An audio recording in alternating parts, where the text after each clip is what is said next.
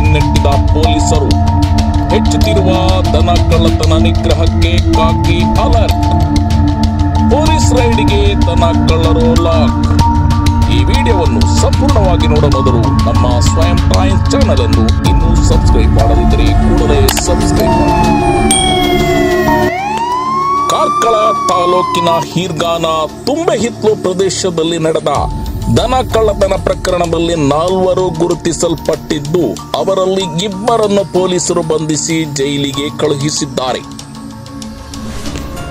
ಈ ಬಾರಿ ಕಳ್ಳರು ಕದ್ದ ದನವನ್ನು ಮಾಂಸ ಮಾಡಿ ತೇಗಿದ್ದಾರೆ ಎಂಬ ಮಾಹಿತಿ ಕೂಡ ಲಭ್ಯವಾಗಿದೆ. ಇವರ ಉಪಟಳ ಈಗ ಮಿತಿ ಮೀರುತ್ತಿದೆ ಎಂದು ಸ್ಥಳೀಯರು ಕೂಡ ಹೇಳುತ್ತಿದ್ದಾರೆ. ಹೀರ್ಗಾನದ ದಿವಾಕರ ಆಚಾರ್ಯರು ಕೆಲವು ವರ್ಷಗಳಿಂದ ಶ್ರದ್ಧೆಯಿಂದ ದನ ಸಾಕುತ್ತಲೇ ಇದ್ದರು. ಆದರೆ ಅವರ ಪ್ರೀತಿಯಿಂದ ಸಾಕಿದ ದನವೇ ಈ ಕಳ್ಳರ ಕಣ್ಣಿಗೆ ಬಿತ್ತು. ಅಕ್ಟೋಬರ್ 3ರಂದು ಅವರ ಮನೆಯಿಂದ ದನ ಕಳ್ಳತನ ಮಾಡಿ ಅದನ್ನು ಮಾಂಸ ಮಾಡಿದ್ದಾರೆ ಎಂಬ ವಿಚಾರ ತಿಳಿದ ತಕ್ಷಣ ದಿವಾಕರ ಆಚಾರ್ಯರು ಕಾರ್ಕಳ ಪೊಲೀಸರಿಗೆ ದೂರು ನೀಡಿದರು.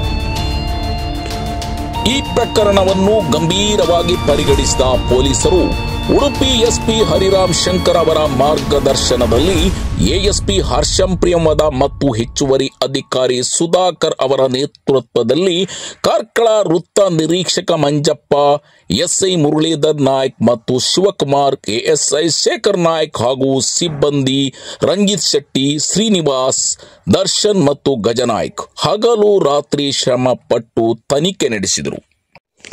ಪೊಲೀಸ್ ತಂಡವು ಕೊನೆಗೆ ಹೀರ್ಗಾನದ ಎಡ್ವಿನ್ ಡಿಸೋಜಾ ಹಾಗೂ ಅಲ್ತಾಫ್ ಹುಸೇನ್ರನ್ನು ಬಂಧಿಸಲು ಯಶಸ್ವಿಯಾದರು. ಇನ್ನು ಬಾಕಿ ಉಳಿದಿರುವ ಮಂಗಳೂರು ಗಂಜಿಮಠದ ಸೈಯದ್ ತನ್ಜೀಲ್ ಮತ್ತು ಮತ್ತೊಬ್ಬ ಆರೋಪಿಯನ್ನು ಬಂಧಿಸಲು ಹುಡುಕಾಟ ಮುಂದುವರೆದಿದೆ. ದನ ಕಳ್ಳರ ಹಾವಳಿ ಮಿತಿ ಮೀರುತ್ತಿರುವ ಈ ಸಂದರ್ಭದಲ್ಲಿ ಕಾರ್ಕಳ ಪೊಲೀಸರ ಧೈರ್ಯಶಾಲಿ ಕಾರ್ಯಾಚರಣೆ ಜನರಲ್ಲಿ ಆತ್ಮವಿಶ್ವಾಸ ಮತ್ತು ಭದ್ರತೆಯ ಭಾವನೆ ಹೆಚ್ಚಿಸಿದೆ. ಸ್ಪಷ್ಟ ಹಾಗೂ ನಿಖರ ಸುದ್ದಿಗಳಿಗಾಗಿ ಸ್ವಯಂ ಟೈಮ್ಸ್ ವಾರ್ತಾವಾಹಿನಿಯನ್ನು ಸಬ್ಸ್ಕ್ರೈಬ್ ಮಾಡಿ, ಲೈಕ್ ಬಟನ್ ಒತ್ತಿ ಹಾಗೂ ಶೇರ್ ಮಾಡಿ.